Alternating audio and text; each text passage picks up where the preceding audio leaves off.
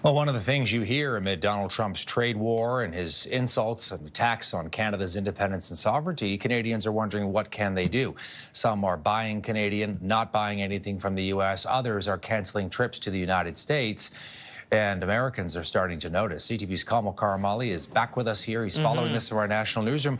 You know, what started as a trickle is now turning into a real problem for the American tourism industry the longer this goes on. Yeah, the taps have been turned off in many places when it comes to tourists heading down to the United States. New York seeing a big plummet, for example. And, you know, part of it is this nationalism to support Canada and support Canadian against the trade war and the annexation threats. But let's be clear, Canadians are also thinking about the bottom line with how weak the Canadian dollar is right now, Todd, right now at around 70 cents US. And it just doesn't make sense for many families financially to head down south right now. So it's a combination of factors.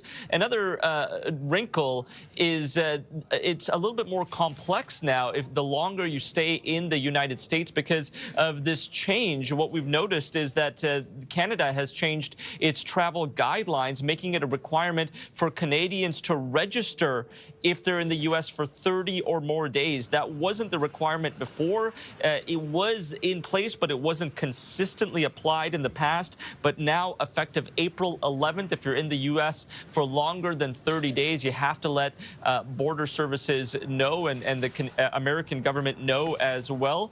And all of that has created a huge plummet in terms of people heading down south. I want you to take a look at this graphic here that shows last year compared to this year. So in March of 2024, when it comes to April bookings, the month after, it was about 1.2 million bookings in April in March of 2024. Fast track to this year in March of 2025, looking at April bookings. So these are people in March booking trips for April to the United States. And look at that. It's plummeted down to not even 300,000 bookings or tickets booked for April. So let's take a look at the difference. That's more than 75% a reduction year over year, just giving you the staggering numbers of how much the tourism to the United States has plummeted. Have a listen to what some tour operators have to say.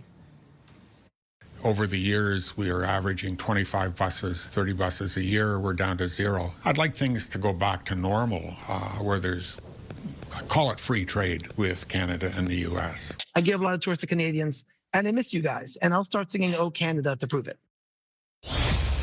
So a little bit of desperation there. You know, also StatsCan noticing some numbers when it comes to people driving across the border, a 23% reduction in February of this year compared to last February, Todd. Yeah, I don't think singing "Oh Canada" is going to do it at this point, Kamil. You know, I mean, we appreciate the sentiment. As you also know, Trump lashing out at the European Union. No doubt some Europeans are going to rethink trips to the U.S. as this gets uglier and nastier. You're hearing from airlines, too, who are cutting back. Yeah, airlines that are cutting back, but also I guess, changing their flights, not just from Canada to the U.S., but changing them and pivoting them and repurposing them, let's put it that way, to European nations. So we've seen a big drop in seats removed from flights that would be heading from Canada to the U.S. In fact, 320,000 seats have been removed from flights heading from Canada to the U.S. from now until October. And some, you know,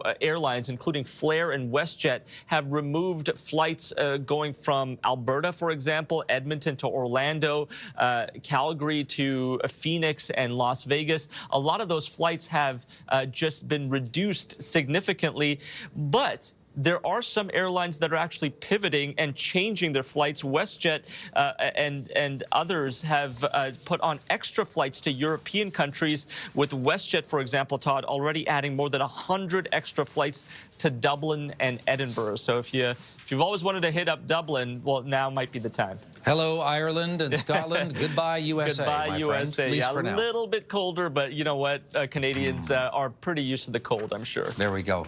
Good to see you, Kamil. Good Thanks. to see you as well.